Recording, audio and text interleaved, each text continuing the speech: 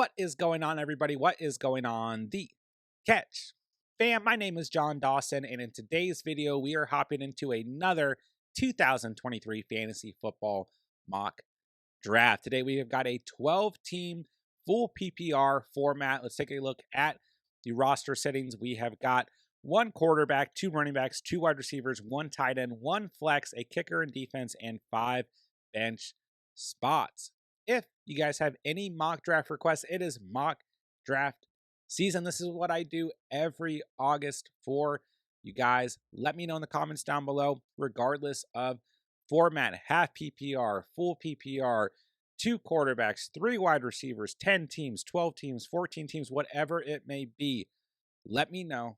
I will get it on the schedule and get it put up in a video for you guys. On top of that, be sure to join our free Discord, which is in the description down below. We have several mock drafts that run throughout the entire day, and we have a thread on there where you guys can post your own mock drafts if you want real competitive fantasy community members to compete with. Completely free in the description down below. And be sure to subscribe if you guys are new to the channel. All we do here is free fantasy football content all year round, redraft, dynasty, and best ball. And be sure to hit that like button on the way in. And please, if you guys have any other comments, questions, concerns pertaining to the 2023 fantasy football season, let me know down below, and I'll get back to you as soon as I possibly can. Without further ado, let's hop into today's mock draft. All right, so our mock is underway here, sitting at the 1.6 tonight. So what I'm going to do throughout today's video is just give you guys round by round advice, let you guys know who I'm targeting in each round, go over maybe a couple of players that are going in each round, some of the ADPs that we've been seeing throughout the off season, and then of course adapt throughout the mock draft if any of those players I'm going after do change, as well as just try to give you guys a good strategy in this specific format, drafting from the 1.6. So for me, sitting here, the top tier wide receivers are gone. I don't mind Stephon Diggs, CeeDee Lamb, and AJ Brown, but they're going a little bit later in the first. So for me, we're going to start this draft with a hero running back format. Austin Eckler's fine here. You can argue for Saquon Barkley, but for me, if Bijan Robinson is here, I'm smashing the draft button. I've been talking about this all off season long. A lot of the fantasy content creators that you have probably been following have been talking about this all off season long. Bijan Robinson is the running back that I want in the first round. I am more than happy to have him as my RB1 and to have him start a hero running back build for me. So for me, that's truly, I look at Bijan at the 1.6 and beyond as a steal. I know not everyone has that opinion, but I'm willing to take Bijan as early as the 1.3 if I need to. So perfectly happy with taking him there at the 1.6. Now we'll look to the 2.7 and the 3.6. So like I said, sitting here at the 1.6, already having Bijan off of the board, we're approaching with a hero running back method. So for those next two selections, we are going back-to-back wide receiver, especially in full PPR formats. So when we look at some of the guys that should be there at the 2.7, Jalen Waddle and Chris Olave are probably our top targets. And then the next rated player I would look at is Devonta Smith. I don't mind T. Higgins right there, but I think those other three wide receivers we just mentioned are going to be the better options. So we'll see how the second round shapes out here, but generally speaking, one of those wide receivers is going to be there. And then we'll kind of see what happens at the end of the second round, beginning of the third, before we start to target too many wide receivers at the 3.6. But I like Amari Cooper in that range. I don't think that Calvin Ridley will be there. He's not really being drafted at his current ADP. He is starting to go somewhere between the end of the second, very beginning of the third. But if he's there, we're smashing the draft button undoubtedly. I don't mind DK Metcalf there. And if I have to reach for DJ Moore, might surprise you, but I'm not completely against it. So, all right, second round underway here. Second round's a little interesting tonight. AJ Brown, Nick Chubb, Jalen Waddle, Garrett Wilson, and Devonta Smith off the board. There goes Devontae Adams. For a second, I thought he might fall to us, but we're just going to draft Chris Olave here, who I'm very high on going into the season. And listen, guys, if you're not as high on Chris Olave, or if you hear that name and it just doesn't sound, as attractive as some of the other wide receivers in this range, I really hope that you guys start to change your mind, because The main question I've been asking members of my community is if Chris Olave is on the board in the second round here, are you willing to take Garrett Wilson in that same range? And, with all the hype that Garrett Wilson has received this offseason, there's probably someone watching this video thinking that I'm crazy, but let's break down Garrett Wilson versus Chris Olave in their rookie season. Garrett Wilson, just over 1,100 receiving yards, 4 receiving touchdowns, 13.2 yards per catch, and 83 receptions. He did that with very bad quarterback play, right? Well, let's look at Chris Olave on the other hand. The stats are very similar. 72 receptions, just over 1,000 receiving yards, 1,042 receiving yards, 4 receiving touchdowns, 14.4 yards per catch. More yards per catch, the same amount of touchdowns. More receptions, more receiving yards for Garrett Wilson, but, literally 11 more receptions and about 60 more receiving, or about 70 more receiving yards, I should say. So nothing crazy different there. And when we look at the quarterback play, a lot of people are excited about Aaron Rodgers going to the Jets, and I do think that's going to be good for Garrett Wilson and, a lot of the other Jets players, of course. But when we start to break down Derek Carr's quarterback play versus Aaron Rodgers' quarterback play last year, once again, it's very close. And Derek Carr was the best deep ball thrower in the NFL last season. So I will go ahead and pull up those stats after I make this next selection. And we're going to go Amari Cooper here. I love him in that range. But yeah, when we break things down, Aaron Rodgers, 3,700 passing yards, 26 passing touchdowns, 12 picks. Okay. When we break down Derek Carr, it's not as good, but just under 3,600 passing yards, 24 passing touchdowns, 14 picks. It's not that different from what Aaron Rodgers did last year. So, don't get me wrong, Rodgers could be having a down year towards the end of his career and be much better this year. He was an MVP the 2 prior years to last year. So, don't get me wrong, I still think overall Rodgers is the better quarterback. But statistically, when we look at both Rodgers versus Carr and Olave versus Wilson, we should be thinking of Wilson in a much better light than we have been throughout the offseason. Excuse me, we should be thinking about Chris Olave throughout this offseason in a much better light than we have been. And I just think overall, Chris Olave had a great rookie season, and I love him in that range. Mid-second round, late second round, I think he's a great wide receiver to take off the board, and I don't mind him as my wide receiver one. All right, I love Amari Cooper there at the 3.6. Like I said, I'm personally not concerned about taking and reaching for DJ Moore there, who does go in the third round tonight at the 3.10. But let's start to look. I feel like Cooper is pretty self-explanatory. Deshaun Watson's going to be better this year. The Browns are going to throw the football more this year than they did last year. And Amari Cooper was your wide receiver 10 in full PPR last year in fantasy. On top of that, he's going to see less defensive pressure with Elijah Moore on the field. You've got Cedric Tillman there, David Njoku, Donovan Peoples-Jones. The run game's going to be good. Amari Cooper is in line for another top 15 year as long as he can stay healthy. So love him in that range. Perfectly fine wide receiver too. All right, moving on to the 4.7 here. I'm probably taking another wide receiver here. Yes, it's just a one flex format, but I want that first flex option to be a wide receiver that I trust throughout the season. So there's a couple players we can really take a look at here. The top available wide receivers: Keenan Allen, DeAndre Hopkins, Drake London, Jerry Jeudy, Christian Watson. And, I like all these guys for different reasons for the most part, but the two that stand out to me are Drake London and Christian Watson. And traditionally, I try to draft for a fair amount of upside, and I feel like we have two pretty solidified wide receivers in Olave and Amari Cooper. So give me Christian Watson here. In that flex position, I always, want that kind of boomer bust capability. I mean, obviously you don't want to get too drastic and have players who are too volatile, but Christian Watson brings a great amount of upside to the table on a weekly basis. So I think he's perfectly fine as our flex option and our third wide receiver off the board. But like I said, Keenan Allen, DeAndre Hopkins, Drake London, Jerry Jeudy was there. There's a lot of good options that I'm not particularly against as well. So moving on to the 5.6, this is a selection where I really feel like you can just go best available player. I really like Brandon Ayuk in this range. I really like Christian Kirk as well. I'm not afraid to draft heavy wide receiver in full PPR formats. I know it's just a one flex format we're practicing for tonight, but it still does not bother me. We could also go for our RB2, Damian Pierce, Miles Sanders, DeAndre Swift.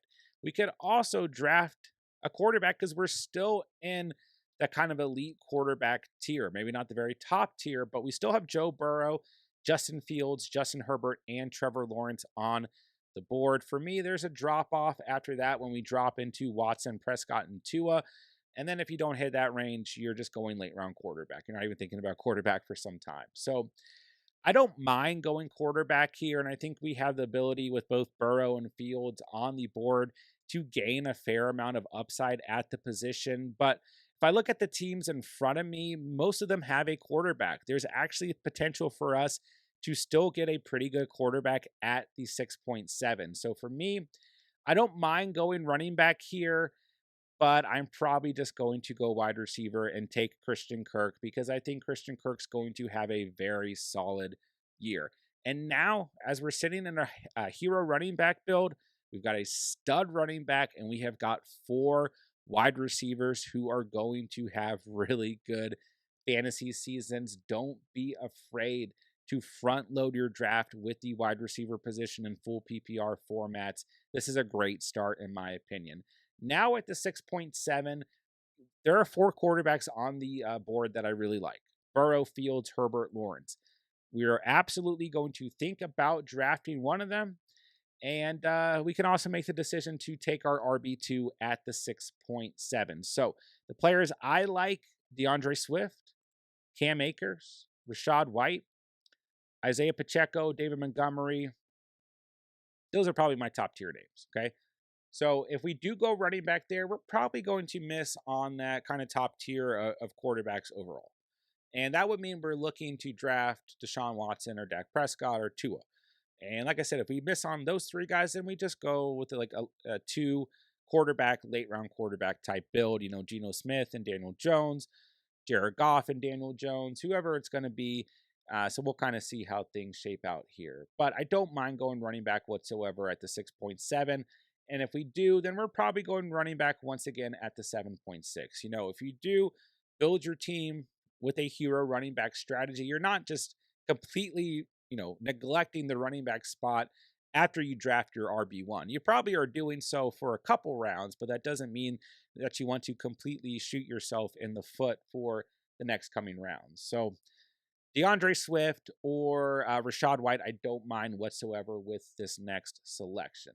There goes Burrow. I mean, the way this draft is going, there's a small chance at the 7.6 that one of those quarterbacks could fall out to us. But as we look at the draft board in front of us, none of these teams have a quarterback at the moment. It was all the teams in front of us going into the end of the 5th, beginning of the 6th that did. So, with Rashad White off the board, who's one of my favorite late round, mid round running backs, I'm going to go ahead and pick DeAndre Swift, who I've been drafting a ton lately and who I've been talking about for quite a few weeks in redraft and best ball formats as a really valuable running back where he is going off the board. And there goes Herbert and Lawrence, which doesn't surprise me. They're really good values here in the 6. Fields and Burrow are really good values in the 6. Don't get me wrong, in most mocks that we're running here on the channel, Fields and Burrow are going a little bit earlier, but I don't think it necessarily hurt this mock because they still went in order. So just keep that in mind. But now we're going to kind of pivot back at the quarterback position a bit, and we're going to probably be targeting Deshaun Watson, Prescott, or Tua and see what happens there. For me, moving into the 7.6, I'm probably eyeing Isaiah Pacheco as the next player that I want off the board. But going back to my point about DeAndre Swift, okay, at the end of the day, I think that Swift doesn't have all the pressure on him. Kenneth Gainwell, Rashad Penny, even Boston Scott are going to be utilized within this offense. Plus, when we look at that offense, the Eagles are very good. You're going to have Devonta Smith out there. You're going to have A.J. Brown out there. You're going to have Jalen Hurts doing Jalen Hurts things, and you're going to have Dallas Goedert out there. So There are a ton of good options at the position and just overall on that Eagles offense that I really think that Swift is going to benefit this year. And, even if he burnt you the last 2 years or whatever, I think that this is the year to give Swift one more shot. Okay. Isaiah Pacheco's gone. Antonio Gibson is gone. Those are the running backs that I really like in this range. So you could go Dalvin Cook or Alvin Kamara here. We know Kamara is going to miss time. You could go James Cook, who's starting to get, a little bit of praise and everything.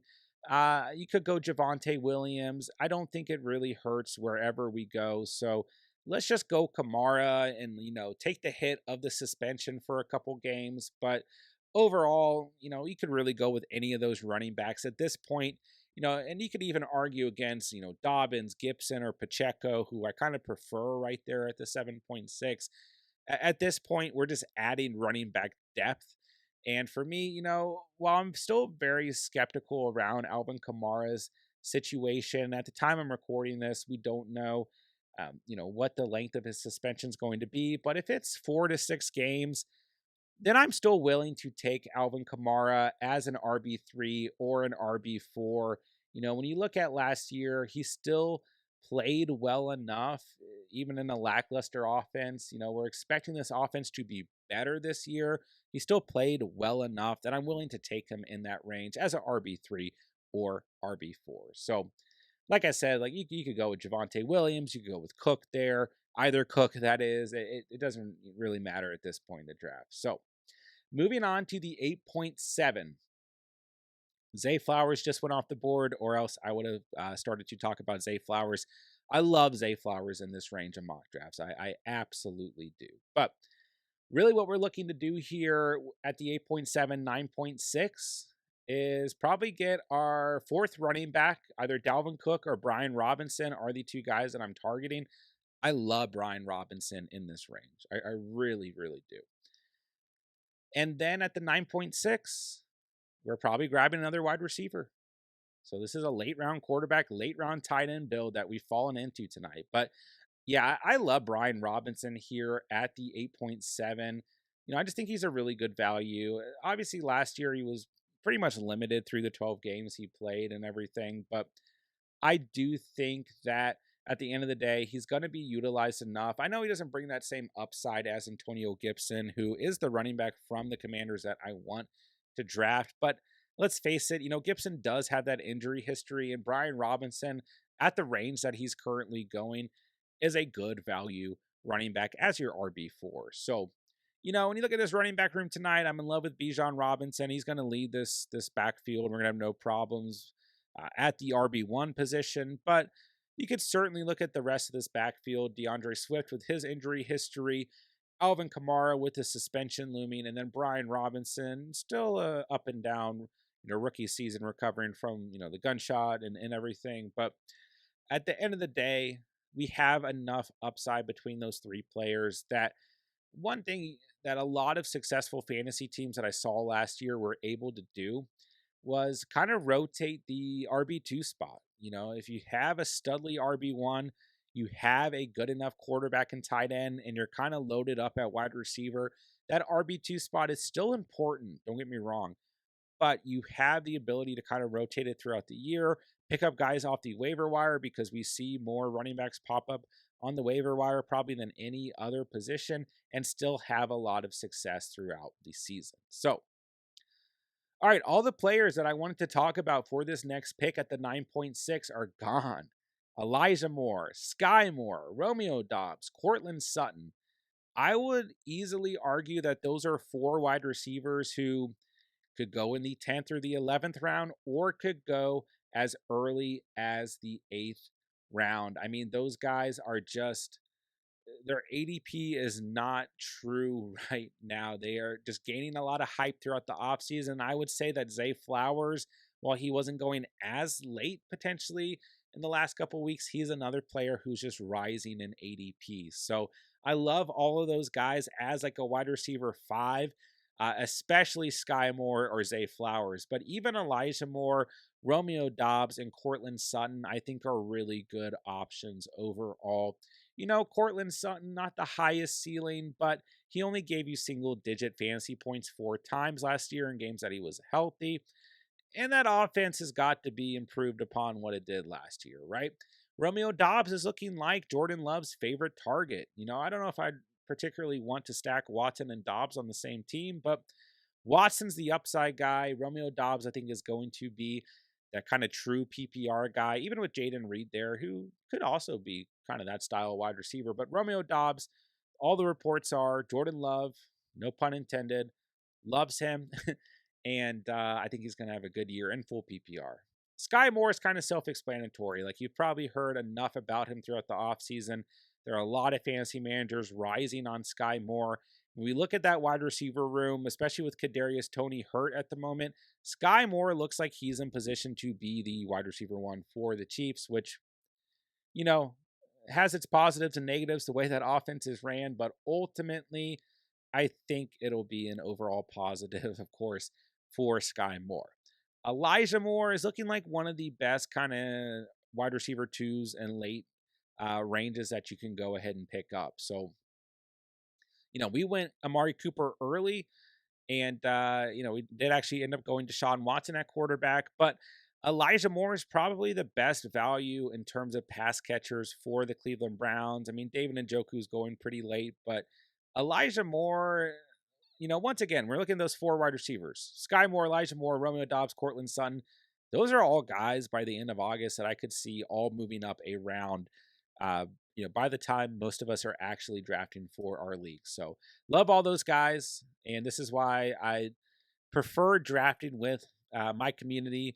All of our mock drafts are sent out on our free Discord. You guys can check that out. Links down below, because these are competitive fantasy managers who play in competitive leagues every single year, and it gives you a better sense of where players are going to actually be going right now in mock drafts and in real drafts when they actually start to occur. So, it's just a lot better than hopping on to a mock draft through Yahoo or ESPN, where there's 2 computers, or people are leaving halfway through, or people haven't really been practicing, don't know what ADP is looking like. So, like I said, our Discord's completely free, and we'd love to have you guys come out and practice, join any of our mock drafts at any time. So, moving into the 11th round, we picked up our quarterback and tight end. Sorry, I was talking about like a million things there, but we got our QB1, we got our tight end 1. We went kind of late for those guys, and I'm okay with that. So, moving on to this next pick, if Jerick McKinnon falls out, I will pick McKinnon at this point. But I don't know if he's going to necessarily fall out here, and well, he actually does. So, just with the situation, redraft, I'm okay with 4 running backs. I truly am. But, Swift, injury history, as much as I like him, Kamara, probably the biggest thing here with the potential suspension. Brian Robinson, still in a committee, but I still like him at his, current range. McKinnon is a solid pick for this squad. And now we only have 1 more spot on this roster. So it definitely held a lot of value that we went so wide receiver heavy early. And I'm actually okay with the fact that we haven't drafted a wide receiver since round 5, because I have a lot of faith in those first 4 wide receivers that we took off the board in Chris Olave, Amari Cooper, Christian Watson, and Christian Kirk. So really all we're going to do with this pick here at the 12.7 is pick the best available wide receiver. So let's take a look at who's available. I like Darnell Mooney in this range. I think he's going to bounce back from that injury, be a serviceable wide receiver in full PPR formats. A little bit against ADP, but I like Rashid Shaheed as well. And then I like Van Jefferson, Alec Pierce. I do like Donovan Peoples-Jones, and I do like Jaden Reed. But we already have 1 Browns pass catcher and 1 Packers pass catcher. So maybe for this draft, I hold off. And a true sleeper pick, I like Isaiah Hodgins as well. But Rashid Shaheed off the board, he's actually the guy that I prefer. I think he's going to have a good year. Showed enough in his rookie season. Going to be a good deep ball player. And, Derek Carr threw the most deep balls in the league last year. So, some of the guys here, we were looking at having potentially 2 Saints, 2 Browns, or 2 Packers wide receivers. And I even don't really mind Zay Jones in this range. So probably a good thing that Shaheed got picked and we're not overexposing into one offense. But For me, Darnell Mooney or Van Jefferson are perfectly fine picks here, especially with the unfortunate Cooper Cup, hamstring injury that's popped up this past week. So don't really mind either of these guys. For our wide receiver 5, I'm okay with getting either of them. There goes Mooney, sniped just under our reach. I mean, you could get interesting here. Pick a second tight end. Yeah, pick a second quarterback. We really don't need another running back. We'd be drafting like Zeke or Raheem Mostert, maybe Roshan Johnson. But Anthony Richardson would be a fun selection for this team. But nonetheless, let's just take a wide receiver. Don't want to come out of my mock or my actual draft with just 4 wide receivers at any point. So traditionally, I'm probably going to draft 6 wide receivers, 4 running backs, a quarterback, and tight end. But the way things worked out tonight, we went with a 5th running back, and I still think a 5-5-1-1 build roster construction is completely fine. So to wrap up this mock draft, we are going to select a kicker and defense. I'm not going to do a ton of evaluation there, but just so you guys are aware, my co-host Steven throughout the regular season does do a must-start kicker and must-start defense video every single week. So we are one of the few fantasy channels that does care about the kicker and defense spots, but it's a little bit early in the offseason to put a ton of evaluation into things. Nonetheless, I will show you guys who I selected. Other than that, guys, like I said at the beginning of the video, this is what I do every single August. If you guys have any mock draft requests, please let me know, regardless of format, half PPR, full PPR, standard, super flex, 3 wide receivers, 8 teams, 14 teams, whatever it is, let me know. I will get it put in on my schedule and give you guys a video just like this one where I give you round by round roster construction advice. On top of that, like I've said more than once in this video, our free Discord, link down below. We run mock drafts on there all day long. We have community members running mock drafts all day long. Definitely make sure you guys join so that you guys can mock draft with us and send out your own mock drafts at any time if you'd rather just mock draft as compared to me doing a video for you. On top of that, guys, I appreciate you guys watching and listening today.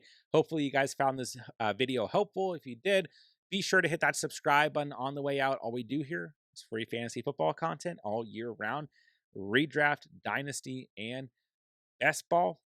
And on top of that, guys, hit the like. And like I said, check out all the links down below. So Seahawks defense, I prefer the Patriots there, but the Seahawks defense is fine.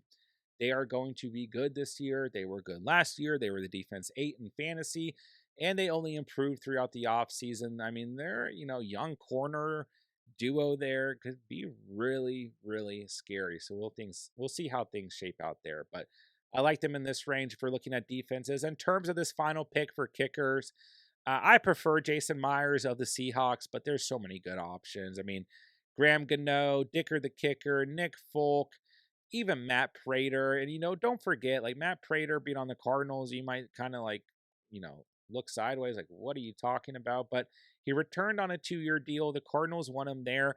And just don't forget, like Harrison Butker is available, for example. Good offenses that score a lot of points don't always equate to good fantasy kickers, okay? Because bad offenses don't score as many touchdowns.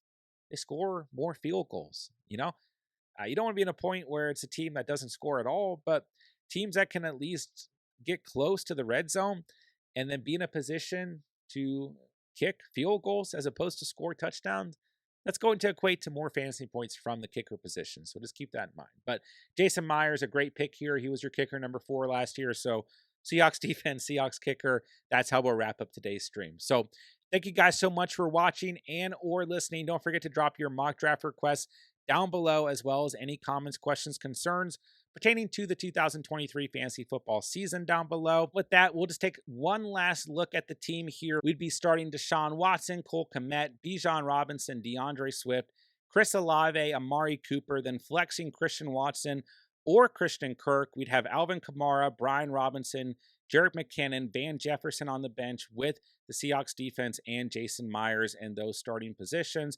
I think that this draft turned out pretty good overall. I'm happy with this team. A couple notes here and there throughout the stream, or excuse me, throughout the video. But Let me know what you guys thought of this team and this draft overall. What did you guys think of my round by round draft strategy advice? And what do you guys think of the final team? So that'll wrap it up. And with that, I will say thank you guys so much for watching and or listening.